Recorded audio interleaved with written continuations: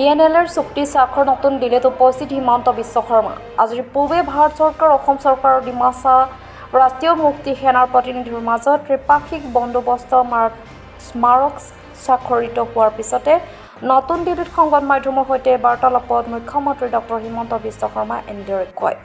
এই চুক্তিৰ অধীনত DNLৰ প্ৰতিনিধিসকলে হিংসাক ত্যাগ কৰি সকলো অস্ত্ৰ-শস্ত্ৰ আৰু গোলা-বাৰুদ আত্মসমৰ্পণ কৰি নিজৰ সশস্ত্ৰ গোট ভংগ কৰি DNLৰ কেডাৰ দখল কৰা সকলো শিবিৰ খালী কৰি মূল সুঁতিত যোগদান কৰিবলৈ সন্মত হৈছে। ইয়াৰ বাবে ভাৰত চৰকাৰ আৰু অসম চৰকাৰে 5 বছৰৰ ভিতৰত 500 কোটি টকাকৈ বিশেষ উন্নয়নৰ পেকেজো প্ৰদান কৰিব।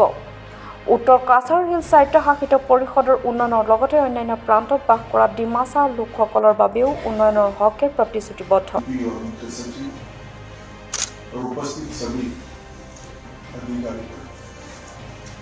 आज असम के सारे विवादग्रस्त और हिंसा में लिप्त संगठनों का इस समझौते के साथ समाप्ति होने जा रहा है।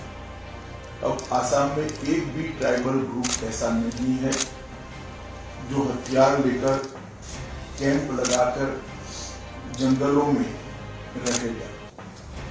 आज DNLA और DPSC के साथ असम सरकार के समझौते के साथ ही सारे के सारे ट्राइबल ग्रुप आज मेन स्ट्रीम में आ गए हैं।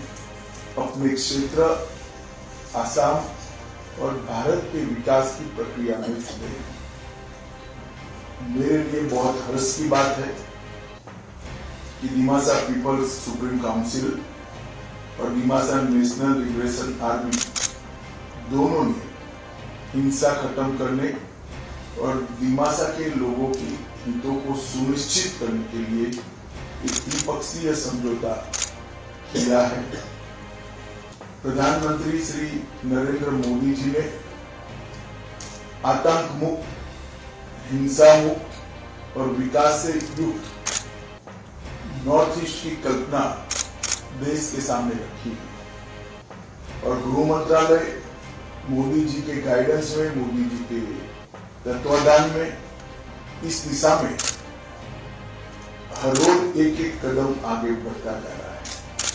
आज के इस ऐतिहासिक समझौते में सहमति हुई है। काफी सारे जो ट्राइबल उग्रवादी संगठन था उनका साथ एक शांति प्रक्रिया बहाल करने का सिलसिला शुरू हुआ। पहले बोरो, बाद में गांधी, बाद में आदिवासी, ऐसे करके एक एक समझौता होते थे।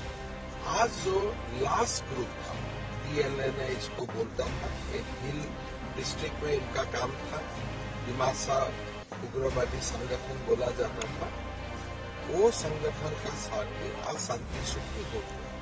माननीय गृह मंत्री अमित शाह जी का मार्गदर्शन और प्रधानमंत्री जी का आशीर्वाद से असम का सारे ट्राइबल संगठन, ट्राइबल का जो भी उग्रवादी संगठन था आज मेन स्ट्रीम में आ गया।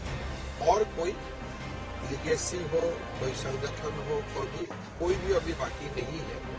तो उससे असम का एक अमन शांति का एक नया युग का शुभारंभ होगा, ऐसे मेरा मानना है।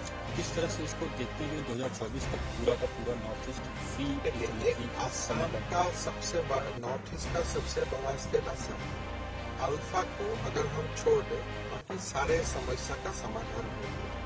मेरा लगता है कि धीरे धीरे बाकी नॉर्थ ईस्ट का स्टेट का भी सारे समाधान गृह मंत्री जी का मार्गदर्शन में एक एक करके समाप्त हो जाएगा, समाधान आ जाएगा।